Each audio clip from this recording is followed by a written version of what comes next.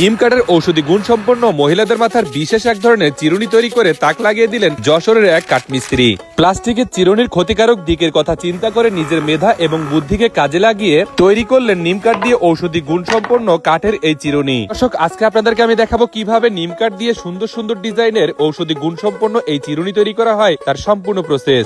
দাঁত ভাঙবে না, মাথা ব্যবহারের দিক থেকে উপকারী।